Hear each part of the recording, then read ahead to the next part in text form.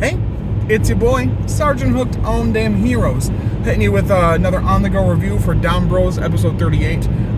Do apologize, I completely and utterly forgot last week in the rush to have my kids stay at my wonderful parents' house over the weekend, and my wife and I had to go on our nice little, couples trip to get to a nearby, bigger city, just have fun for the weekend, little couples weekend. Completely forgot to record these reviews, so I'm recording them now because I don't want to miss an episode talking about it.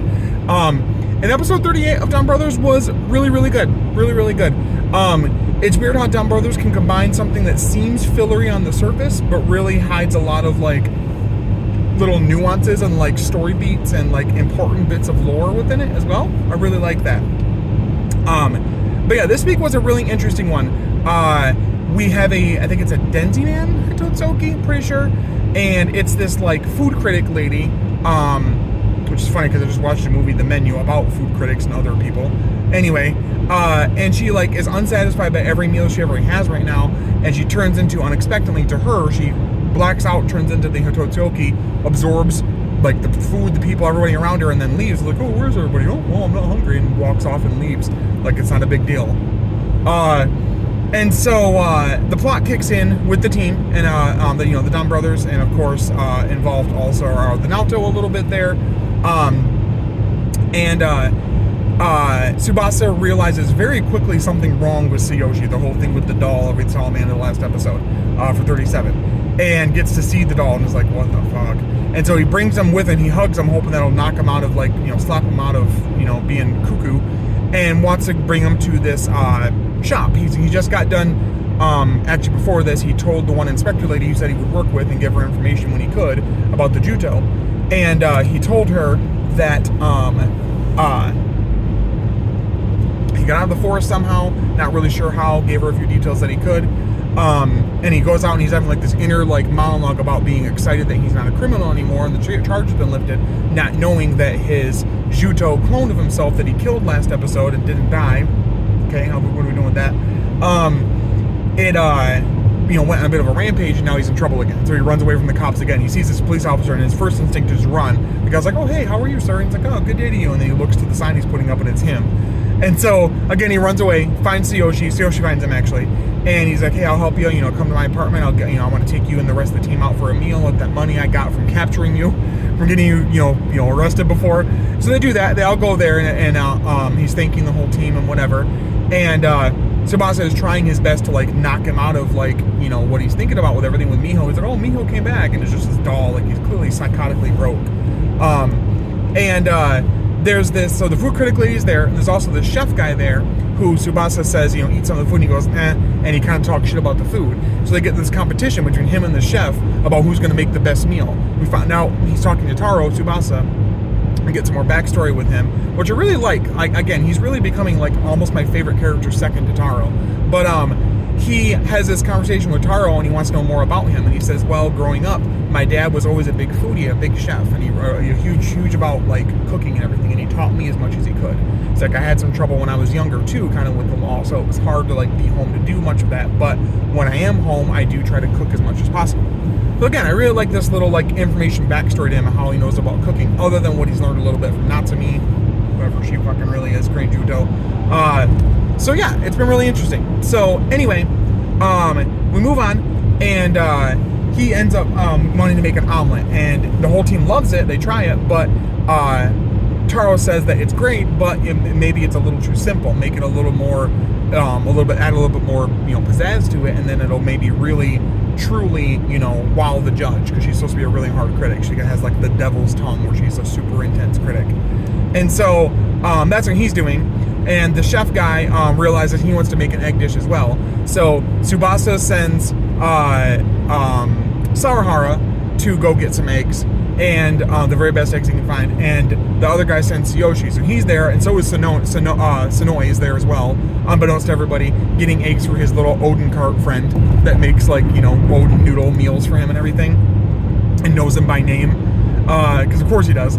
And they get a three-way fight, so Kiji brother, Sawahara brother, and Sonoi all transform and fight each other over the eggs, and they break all of them. And so the guy ends up giving them each their dozen eggs they needed, and tells them that if they'll never come back ever again, they can take the eggs. it's a really good scene. It's a really good fight, and it's a really funny comedic scene. And so they take them and they go, and we finally get to her having some of the meal, and she ends up accidentally absorbing Tsubasa when she turns into her Todoroki form. He goes in within the realm inside of her, along with some of the other absorbed people, with one being the chef guy, and they try to find something they can do there that like a food there that maybe they can put together with ingredients there that once they get out they can give to her and really impress her. So they find these like bluish purple goofy fruits there, which instantly everybody in the world was like, no, they're Helheim fruits, don't touch them, like from Gaim. But anyway, so they eventually escape because the team ends up, defeating the monster. The Naoto are there as well, and Sonoza actually puts out Murasame like a Pokemon almost, and Murasame fights for a while and ends up being overtaken by his power and Mother says to him, give in to your power, become Murasame Onitaijin, and everything. He does it again. Does that, really, really powerful. They form Torodoro Onitaijin, not enough to fight him, so they end up taking it to the what's it called?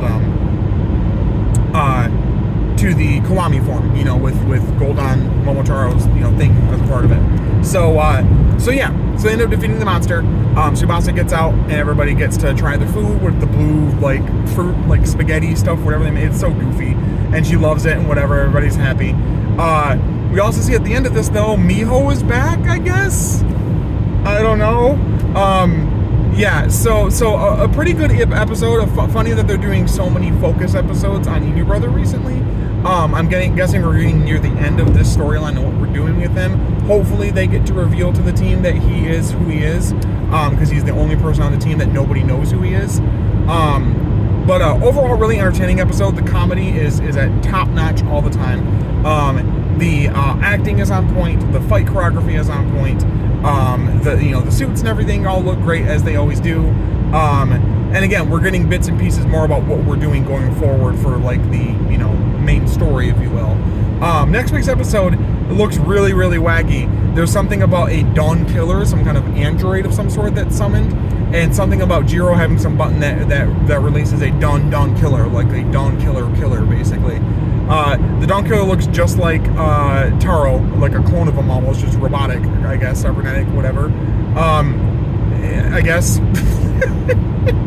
Also, I saw in the episode preview, my heart's happy because I saw them Avataro changing into with the Toradora little spinning thing into Ryuso Gold and also into Ryuso Red. So I thought that was really awesome. Also Ryuso Red with the Goldan Momotaro armor on top of it. So I thought that was really nice looking. But overall, 38 was a fantastic episode. I really, really enjoyed it. I think they did a really good job with it. I think we got a lot of fun little character moments. And again, I feel like it's going to be this way all the way through. People are waiting for these big, gigantic, in-your-face answers for things, and we're just not going to get them. I'm sorry. I never thought we were from the start, but I'm really pretty much confirmed now that we're not really going to get all of the answers we're wanting to understand what's going on here. And I'm kind of okay with that. It's weird that I'm saying that because, like, any other show, I'd be like, that's just weak. Why wouldn't they explain this, explain that, blah, blah, blah. But anyway is anyway. And every one of his shows are absolutely fantastic, just like this. Very intense, character-driven, high stakes, and just in general, really well designed and put together top to bottom. And DonBrothers is quickly becoming, like, I think I have it almost like my number 2 favorite Sentai, like a Ryu Soldier right there. For me, it's Ryu Soldier, DonBrothers, Gokaiger, for me personally. But yeah, coming up on the channel soon for content, I did record my Geats episode 13 review. Check that out. Like a Dum-Dum, this and the episode 12 review for Geats will also be up because I forgot to review last week, of course, because I'm just dumb and ADHD. Ha ha ha ha. And also DonBrothers 39. Clearly, I gotta find a good spot to watch that, and then do my review of that as well. I did also change up, which you'll probably see with the review for 39 of DonBrothers. I'm going to try to record at home for once. My display in the garage where I normally record for like Henshins and Homies and sometimes for videos here on the channel. I essentially used some Velcro to attach my different Sentai changers and rider belts and other things around my Kuga like poster picture thing. It looks really cool. I really like how it looks. So I think I hope you guys will dig that design overall and what it looks like. But let me know in the comments below, what did you guys think of DonBrothers 38? Love it, hate it, in the middle, favorite moments. What do you think about Inu Brother and what we're going to do with him in general? Are they going to find out who he is? It's going to be tragic where they're about to, and then he gets killed or something like that. Does it mean there won't be an Inu Brother to the end, or there will be somebody else taking over as Inu Brother? What's going on with Miho Natsumi, Mihotsumi, Crane Juto, whatever with that? Who's going to be our final villain? You know, there's a lot of stuff left to figure out. What's going on with Master Kaito, if we ever get an explanation about that. So overall, really, really good episode. Probably have to score it somewhere around a strong, honestly, probably a strong 8.5 out of 10, just because there wasn't any, like, world-shaking, you know, lore things added or whatever. Just a really fun, solid episode to get us through to next week, and I'm okay with that. I really am. I think that we've gotten a lot of really solid episodes pushing the narrative forward, that it's okay when we can slow down and have these more filler-like episodes to kind of have fun and explore the characters. But overall, really enjoyed it, like I said. So onwards to the next episode, which will be recorded at my house, actually, for once. But until next time, stay hooked on Heroes. I'll talk to you later. Bye-bye.